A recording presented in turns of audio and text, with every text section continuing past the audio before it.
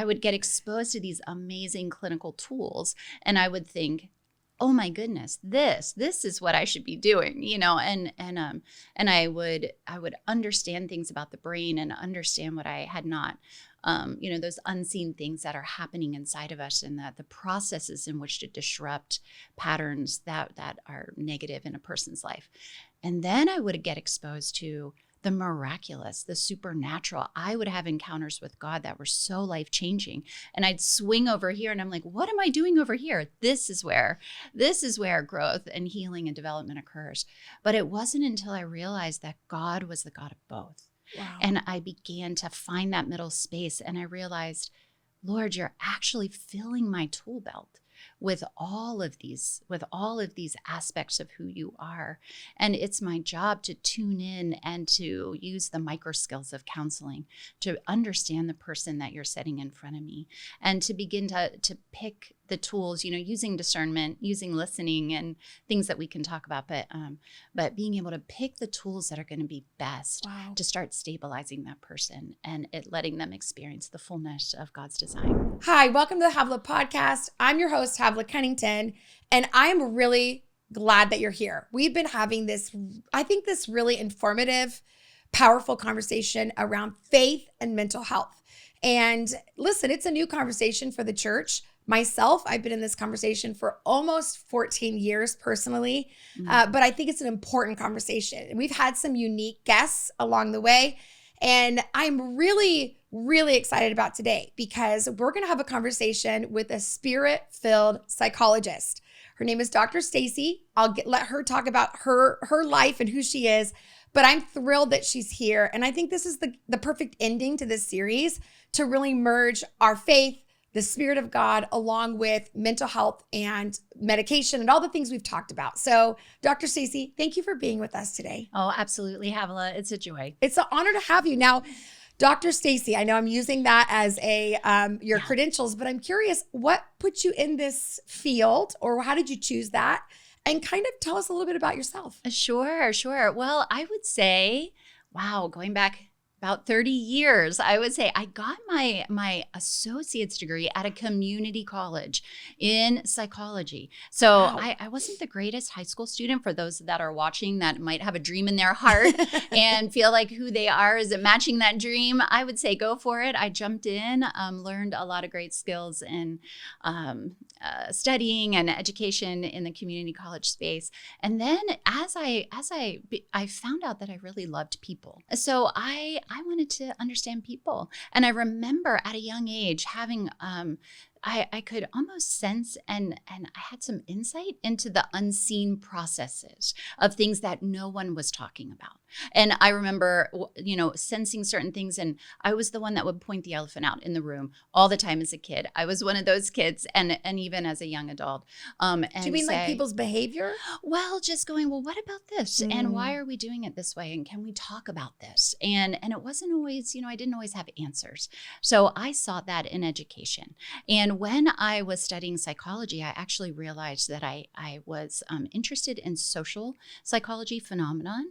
So I have kind of a social researcher mindset where I'll take a step back and I'll go, let's understand what's happening in the environment and how that's impacting a person. Psychology often looks at the structure internally of a person, their personality, what's happening to them, and how that impacts their relationships and how they're functioning in their world. Social psychology takes a little more of a person in environment. They call it PI, person in environment perspective. And so I actually moved into social work to complete my degree, went to a 4-year college, completed my degree in clinical social work, and then pursued my master's in clinical social work. Yeah. Is that kind of the nurture versus nature? Is it kind of about the environment? Is that a little bit about that? Absolutely. Psychology looks at it considers the environment, but social psychology looks at what kinds of opportunities, what resources are available. They look at culture, geographic. You're looking at ways in which that nurturing was happening, but also what were those unseen influences in a person's life that really threads into the fabric of who they are. That's and beautiful. their perspective. Yeah, that's beautiful. beautiful. I have so many questions around that, and I want to get there, but I'm curious. Okay. Did you have, in the middle of your education, did you have a family? Did you get married? Like, what was your journey in that? Yeah, I did. Because I'm one of those that when I watch you listen to these things, I'm like, who is this person? Like the 360, the aerial view. Right. Well, I didn't. I was single all the way through till my dissertation. So my master's, my master's, I did pursue a doctorate, and I can tell you a little bit about that, but that was God's grace, because I was looking at individuals in the programs that I were in, and they were married and had kids, and they were working so hard and they were so stressed. They did it, but they had a different journey than I did. So I had some space, and I was able to fill that with opportunities. I was able to do some like leadership things and research. I did a lot of social research in the fields where. And how old were you when you got married? It was right before my 30th birthday. Yes. So 29. Yes. I met my husband, and we met. We were married within a year, actually short of a year. Yeah. I get it. And my husband and I were the same way. We were kind of talking about our similarities where I got married later, and I had my first kid about 28, 29. And then, we all have teenagers in our house like you guys. But I was curious. You met your husband. You said he's from Nigeria. Zimbabwe. Oh, Zimbabwe. Excuse me. And where did you meet him? We met. So I was doing a internship and a postdoc outside of Cleveland, and we met at an International Bible Fellowship. It's a funny story, which I won't go into it all, but we met at an International Bible Fellowship. I was sitting on a board of a mission organization, Women of Hope, for some women, widows in Afghanistan who were trying to recover, and my job on that board was hydroponics. So I had to figure out hydroponics, and he was an assistant pastor. So for the rest of us that don't know what that is. Hydroponics, yes. I didn't know what it was. That's why I met my husband. And so it's growing plants, growing vegetables in a way that doesn't require land and dirt. Okay. Because they were, the women there and their children were living in rubble and just really needed ways to survive. Yeah. And he actually was a pastor, an assistant pastor in this International Bible Fellowship. It was just people from all nations. And he was in skit. He was in a role talking about the sower and the seed. So he came in dressed as a farmer. He's not a farmer, but he came in dressed as a farmer. And someone that I knew was in that community and said, "Oh, I know, there's this guy. He's a farmer. You should talk to him about hydroponics." And it was fantastic. We met, and we did not talk about hydroponics very much. We just kept asking each other more questions. So anyway, it's incredible. The rest is history. So 3 kids later, you later, get your doctorate. Yeah. But you're in social work, you get your master's, then you go to get a psychology. A doctorate in psychology. Right. Now, I should probably go back. So when I pursued my master's in clinical social work, I was placed at Johns Hopkins Hospital for training. It was a tremendous opportunity. I had a lot of great training in trauma, really multidisciplinary teams, 5 a.m. grand rounds. It was the whole thing. But I was there for about 3 years, and I was so it was social work, but it was clinical social work. We were in the hospitals. We were partnering with an organization called Kennedy Krieger Institute, which handled developmental delays, individuals with TB, traumatic brain injuries, and those children that were on the spectrum, and being able to work with families. So I did some work in the homes, as well as receiving, I felt like, the best of what science could offer. And it was this interesting space where I was receiving these amazing tools, and yet when I went to apply them to individuals that were living in the inner city of Baltimore, which is a really tough space, they was having trouble applying them, and the tools were not being as effective as I would have thought that they would be. And these families, and again, in that social environment, I mean, these individuals were they don't have resources. All of their buffers are stripped away. They are living in full survival mode. It's just a really tough city. And that would be any place. It's not just inner city, but when you're in that survival mode, when you're in that space where there's so much going on, it's hard to develop skills. It would almost be like if someone is treading water and they're going under, and you're coming in and saying, "Let me teach you how to swim." And so in that space, I saw faith-based families that were beginning to thrive in a different way than those that did not have that core strength inside of them. And it was in my early 20s. And so I had become a Christian at 20. I was brought up Methodist, brought up in the church, but I went off the rails like 14 to 20. I was in a full scene that was very different than, so that's another story. But I came into this radical salvation experience, and I realized I was trying to put tools into place to get healthy, to heal, to grow, to experience greater freedom, to encounter what it was that was true, that was inside of me, this amazing relationship with God that had become a refuge and a strength, my greatest strength.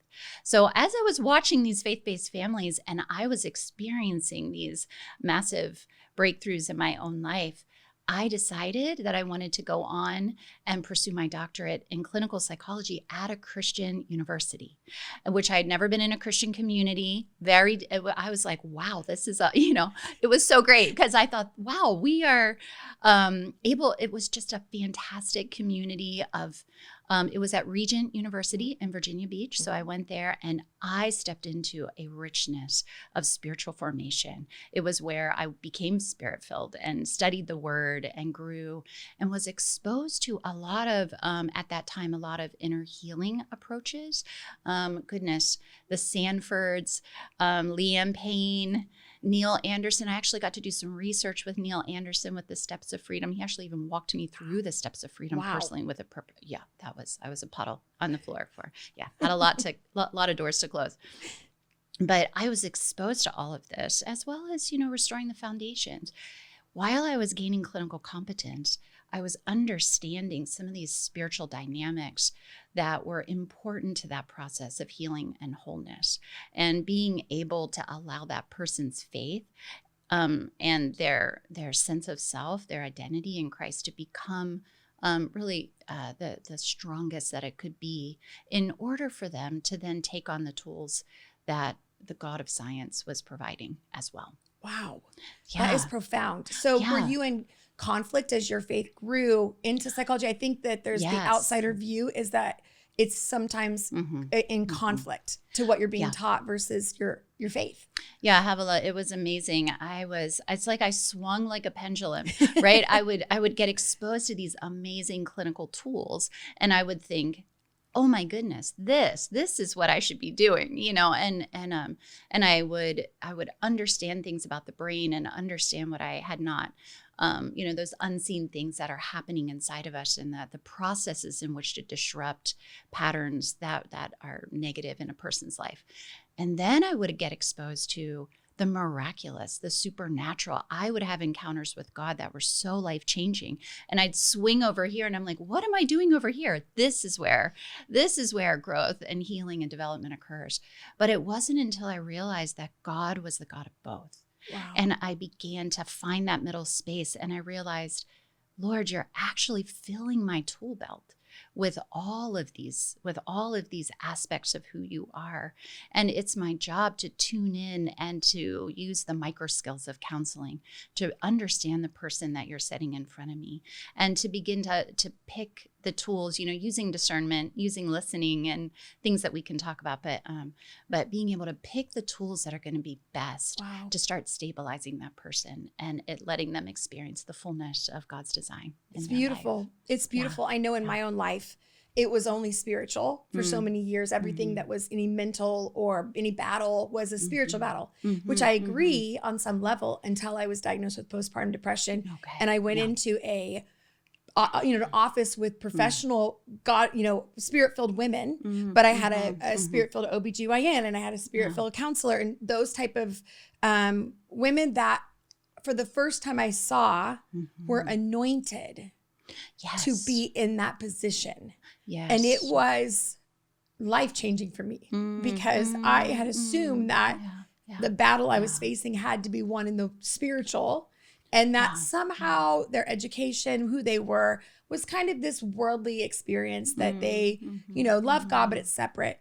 And it was profound because I felt as if I had been in a service with a man or woman who was anointed to move in the spirit, I felt as if being in their office that I was in an anointed environment, that they were anointed to take me out of dark places. Okay. And it was so profound. All of my theology kind of collided with my reality, and it was powerful. Yeah. It was powerful. And I realized that we were missing so much as a church because we had deemed this as secular or worldly or, just kind of head knowledge. Yeah. But there's something different when we label it, again, with spirit-filled or God-fearing individuals who have used the gifts and graces that God's given them in a profound way.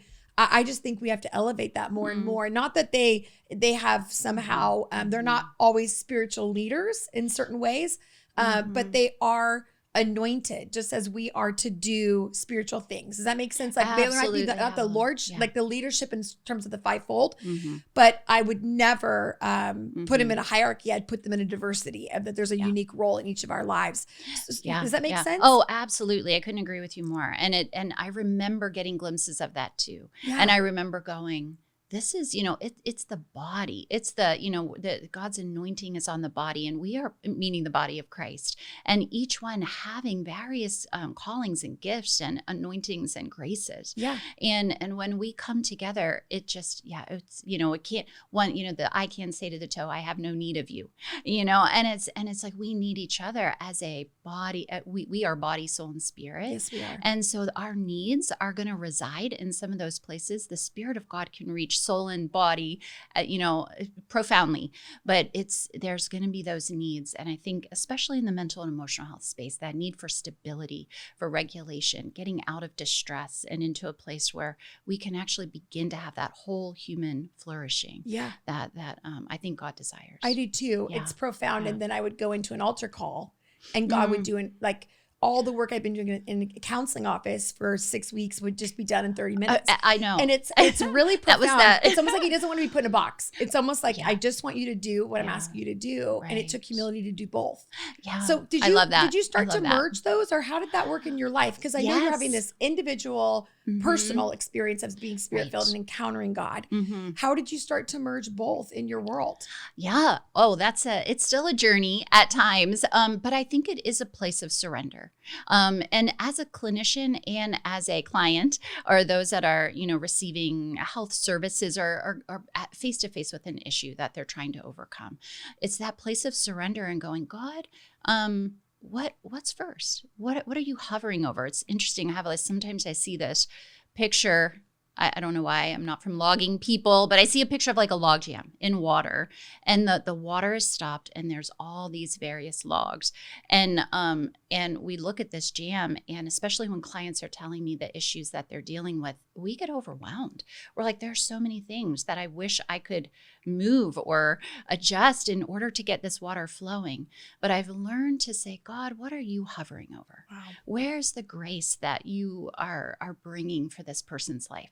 It might be medication. It may be boundaries. It may be establishing a morning routine. It could be getting through panic attacks with down-regulating their nervous system. Or it could be, there is a place where I want to encounter them. Yeah. And so being able to be discerning, listen well, both to God. I talk about listening with 3 ears. I'll listen to the person that I'm with, listening to the Lord, listening to myself, the things that God's deposited into me, and being able to help bring them a blueprint from heaven's wisdom. Wow. Now, at the same time, I am one that would want the supernatural. And in my own sessions, I can't imagine going into them without the Holy Spirit. Both in an overt way, when there is a space for that, for me to do, to say, hey, let's pause. I wonder, let's connect with God for a minute on this issue. Because I know there's a lot of people that are listening or watching that they've only been into a clinical experience and they've only been into maybe a prayer service. But how do we merge both of those? Or how did you start to do that? And how do we, how did you know that was the right thing to do? Well, it's been a journey. And so I had in Regent, at Regent University, the clinical school kept saying, go to the divinity school, Stacy. Go to divinity school. I think that's where you're supposed to be, because I was the one that would ask the questions. Well, what about the supernatural work of God? And it's not that they weren't. They were Christian teachers. They were spirit-filled themselves, but they were filling their lane of getting us clinically competent.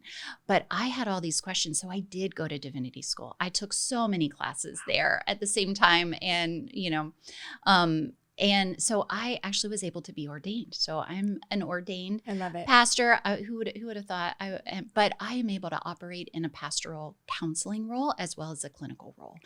So I will give that kind of caveat, because I don't, when we're under licensure and we're operating in a certain way, we want to be really careful how we're assessing for a person's faith, and if they want that faith to be a part of counseling, and how they want that faith to be a part. Sometimes it's not something that they want a part. Other times it's their strength, it's their core. And so I've been really thankful to be a part of clinical training that values that and doesn't pathologize it. Yeah. Do you think that's critical? Like if someone is in a place, because we've kind of talked about this, I have my own opinion. It's not, obviously, it's just experience. It's not, something that the Bible necessarily defines. But do you think it's important that someone finds a Christian as a counselor? It would depend. Yes. Goodness of fit is really important in a counseling. Goodness of fit. If you are with a clinician, Christian or not, and you're not connecting and you don't feel comfortable, that fit is not going to be a great space to grow and heal and develop. I've had individuals who have worked with clinicians who are not Christian and have had tremendous breakthrough. Yeah. I've had others that go after Christian counseling, or those that would value their faith, and that's a great fit. What I would say is, if you are unable, it's hard to find Christian counselors at times, especially those that are practicing it more overtly. So it's such a joy when I get to train Christian counselors in my other role. I love it that I get to be able to train them in a way that can value faith, and can value and pull on the strengths that are inherent in that most important part. Yeah, it's but it will be important that it's not pathologized, that it's not. I would. And this is good. I was going to ask you what the warning would be if somebody's with somebody.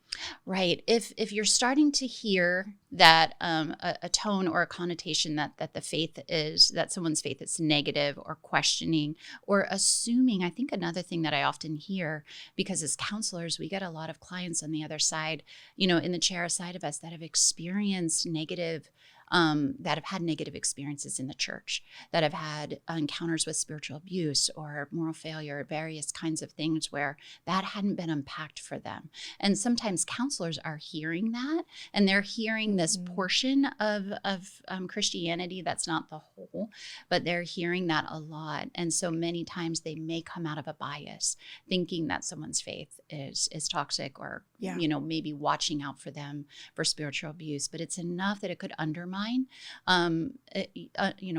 the development of their faith, and may not be the right person to unpack those spiritual pain points. Yeah, I'm tracking. So basically you're saying if you're the person that you're getting counsel from, if they have a bias, if you feel there's a negativity or even a leading, kind of like an underlying leading to, it's really the culture of your faith, and this is the negative part, then if you have church wounds or clergy abuse or something has happened in your life, it's good to find somebody who still loves the church, or at least loves God, and is pointing you towards that, even if they can't clinically do that, but there's no negativity around it, is what you're saying? Absolutely, Havilah. Thanks. Yeah, that's great. That's a great way to sum it up.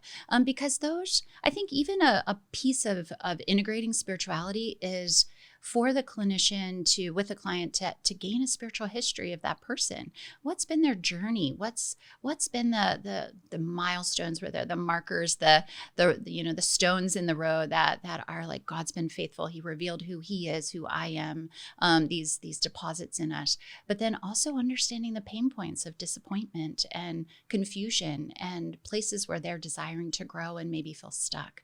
And so being really sensitive in that gaining of history is, I would think, you're working with someone that has spiritual competence in that counseling space, if that's where they begin. I love that. I love that. So I'm curious, for those that are listening or watching, when does somebody need to get help? We have a lot of believers that we think it might be spiritual warfare, or it might be, you know, I just need a vacation, but they really are in crisis. They may not know it. I'm just curious, if I was listening to this and I had been in that place, how do we know when it's time to get help? Yeah, that's a great question. I would say two of the strongest markers that are going to be present in the beginning is anxiety and depression. So aspects of anxiety and depression, and they're so nuanced, and you really want to catch them early on. Anxiety is really a stress response state.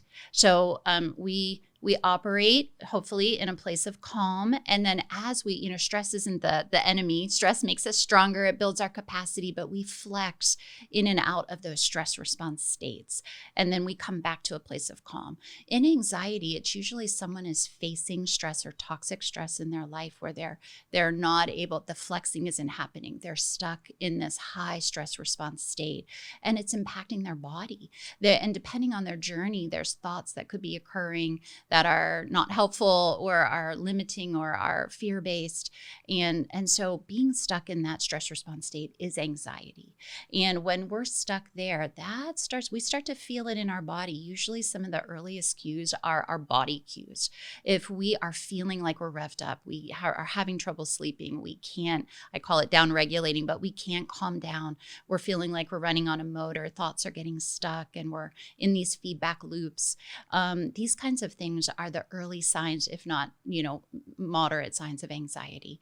We definitely want to press pause at that moment and begin to reach out for care. And those markers are, I am still stressed and my baby is not a month old. Now we're at the year mark, or absolutely. I'm not sleeping well, and it's not just a hormonal, like you have to really start to see the pattern. And I almost feel like you have to go back to the beginning and go, how long have I been feeling this? Absolutely. Because that's, I think a lot of times when you're in anxiety or depression, you lose track of time. It just feels like the day to day. Yeah, you're surviving. You're surviving. And that's a really great point. And whether it's acute or more long-standing, that's so significant, because our brains and our bodies seek predictability, homeostasis. So we're going to wire ourselves, where our brains are going to wire itself to the most constant state.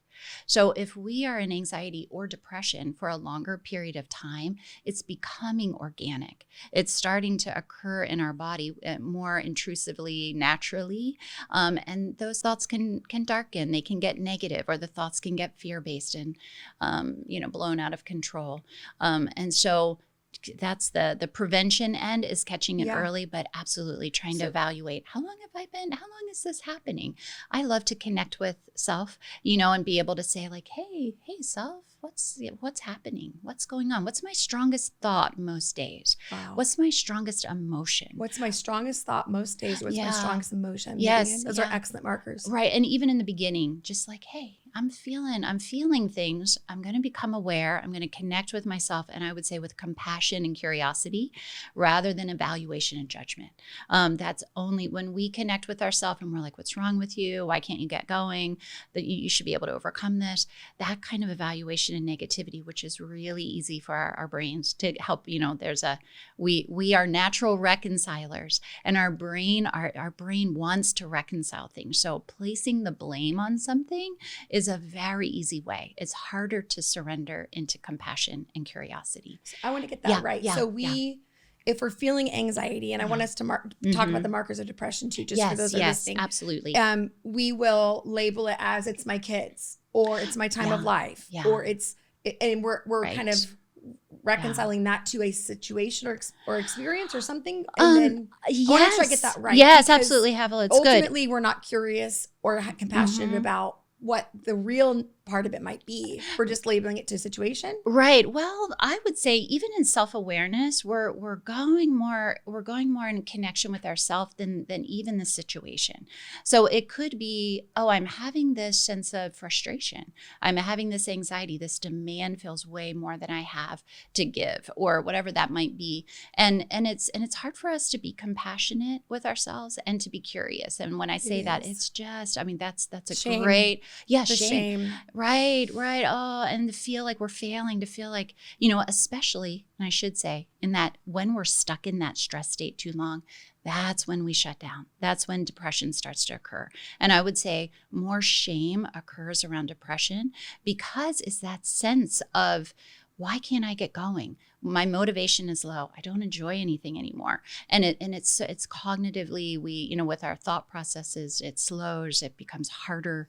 And our bodies are saying we can't sustain this high level of stress. We're going to shut down. It's our body helping us. But if we're there too long, that's where I start, that shame can set in. I start to hear people say, I feel like I'm going through the motions. I feel like I'm detached from life. I can't get going. I don't want to get out of bed. I'm having these dreading thoughts of going to work or getting up and being with family. So it can be either one of those that we are in this place. And when we connect with ourselves, it's that point of saying, okay, what's going on? What am I experiencing? And it, for real, if we get out of the just trying to overcome, trying to survive, we're able to create a safe connection with ourselves. And that's when I like to surrender, encourage people to surrender into God, surrender into the community and say, okay, I think I need some help. I think I need to reach out. I want to stop this domino effect. I want to disrupt it. And so that this isn't going to suddenly be a year from now, I'm in the same space. It starts to take on a life of its own, and we are just stuck in a place of suffering, and we're just trying to do the next right thing. And there is thriving and flourishing possible outside of that. It just takes pressing pause on the remote and having some good space of awareness, which means connection. And if there's trauma involved, actually, Havilah, just to say, if there's trauma involved, that place of self-connection, connecting, safe connection may not come naturally. So it may feel that a person's in distress, whether it's anxiety or feeling depressed. If a person's in distress and they're having trouble finding connection, really just throwing up their hand and saying, help. Hey, I need help. I don't want to live this way anymore. And then reaching out and finding a safe, trusted care provider, and beginning to find that place of processing, helping, someone to help them sort through all that's going on and provide a safe connection for them to be able to find a place of stability and rewiring. Well said. I'm curious. What percentage of people will deal with anxiety or depression?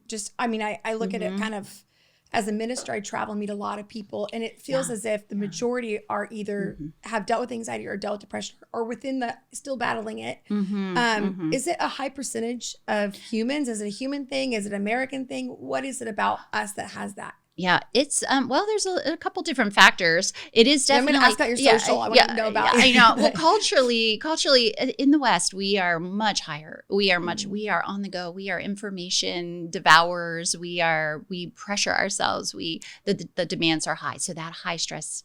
That stress response state, a lot of us are living there, and unable to downregulate. And when we're living there too long, we crash. By the way, that shutdown occurs every night at sleep. There's positive ways. Like we shut down at night because our body's saying it's time. We can't sustain this. And so there's positive ways to downregulate and shut down where our body doesn't force us into that space of depression and what turns into depression. But I would say the West for sure.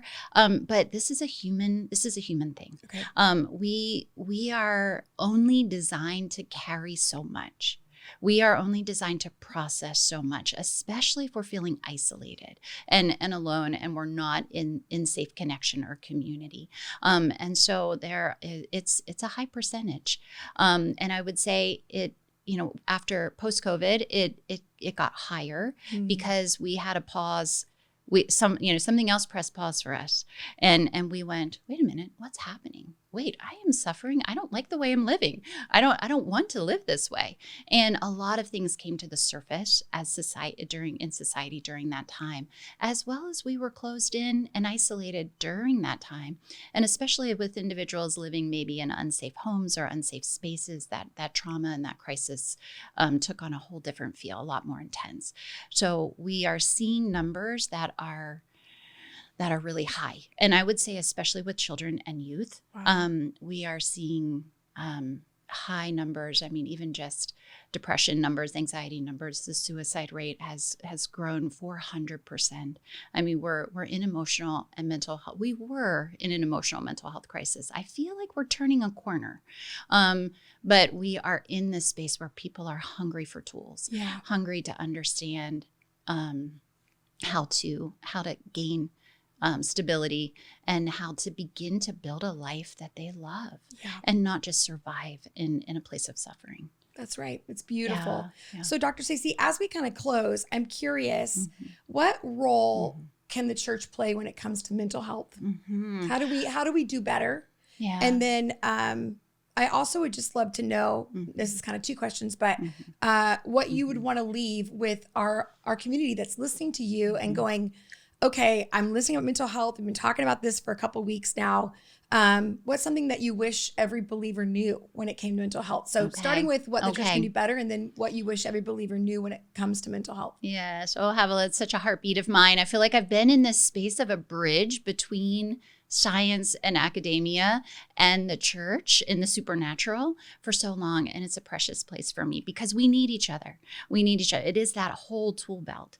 And I would say the one thing that the church could do is to evaluate their own biases and the area of taboo around clinical work, around counseling, around mental and emotional health awareness, as well as those things that feel secular, and there are some things. I mean, when I went through school, there was a lot I needed to filter and understand and really realize that a lot of the theorists or approaches that I was being taught, they were observing God designs. They were just labeling it differently and understanding it differently. So I tried hard not to throw the baby out with the bathwater, but really inviting pastors and church leaders into that space to get curious and to say, okay, I want to know more. I want to know the God things in science. I want to know the God things in this polyvagal theory. I want to know, what are things that I can trust and hold on to and begin to learn about, not so much to practice it,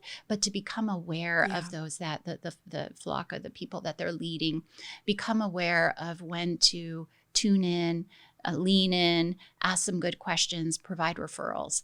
So that awareness is probably one of the first key things that I would recommend. I would say as well that mental and emotional health is there's not an enemy in that to spiritual things. Wow. There's not an enemy. There's not an to enemy. mental and emotional health. Well, within mental and emotional health, there's not an enemy involved in that field to spiritual things.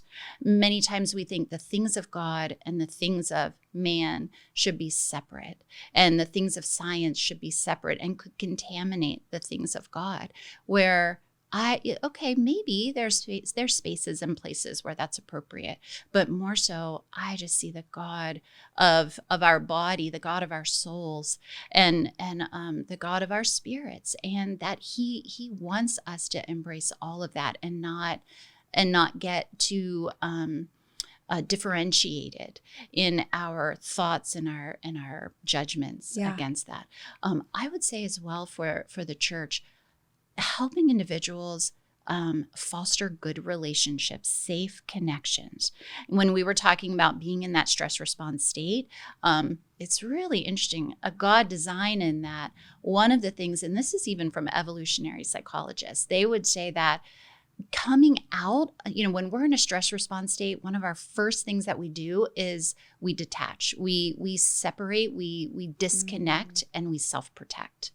And so that creates a lot of isolation, and we are in a stress state. We can go into fight, flight, freeze, or fawn, the 4 Fs now. Yeah. And when we're there, this theory observed that safe connection is the thing that gets us out of that state. Safe connection. Think about the God design of that. we are designed, we're created as sons and daughters of God to have safe connection through a spirit of adoption. We're never alone. Being able to connect with ourselves in the right way. So the church being able to foster safe connection with God, foster safe connection through an understanding of identity as sons and daughters, but also then being able to expand and help people have safe connection together. That would require us to understand the micro skills of relationship as well as boundaries. And the healthiness of relationships can really help us together be the body that builds one another up and creates places of healing and growth, as well as referrals. When we're in that place and we're going, I wouldn't recommend that the body counsel one another in those places, but we provide support and we grieve when another person grieves and we're present with others.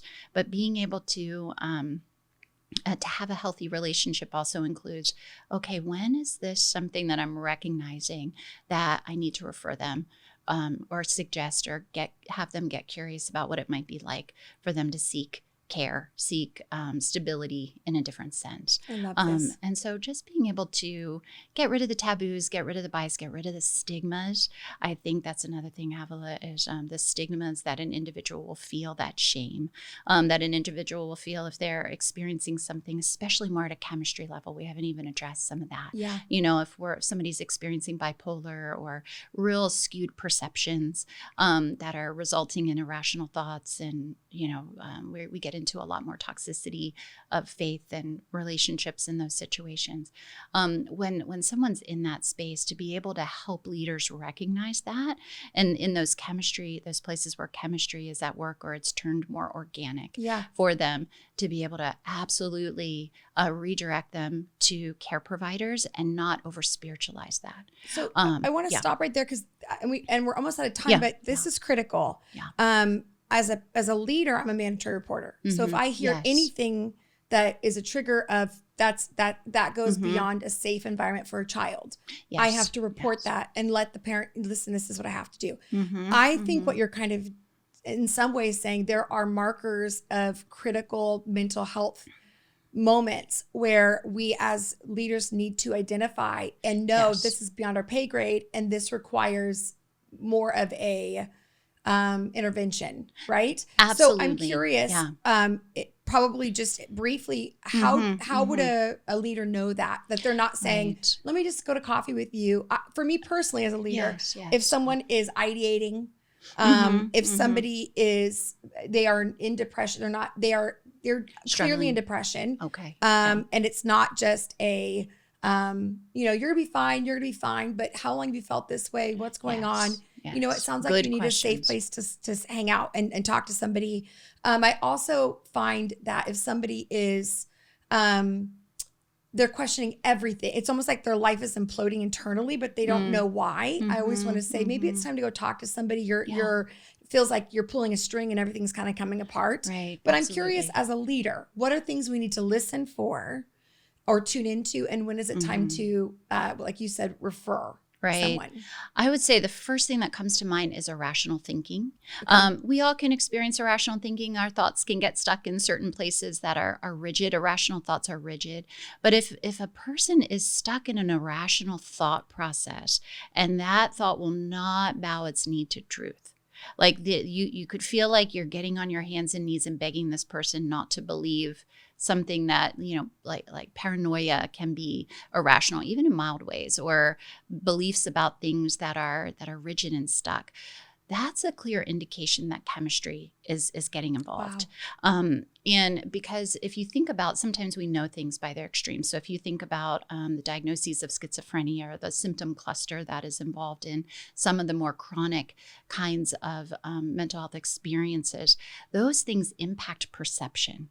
And so when you're realizing at a chemistry level, that's more of an extreme of, seeing things that aren't there, hearing things and being able to experience a reality that's not true.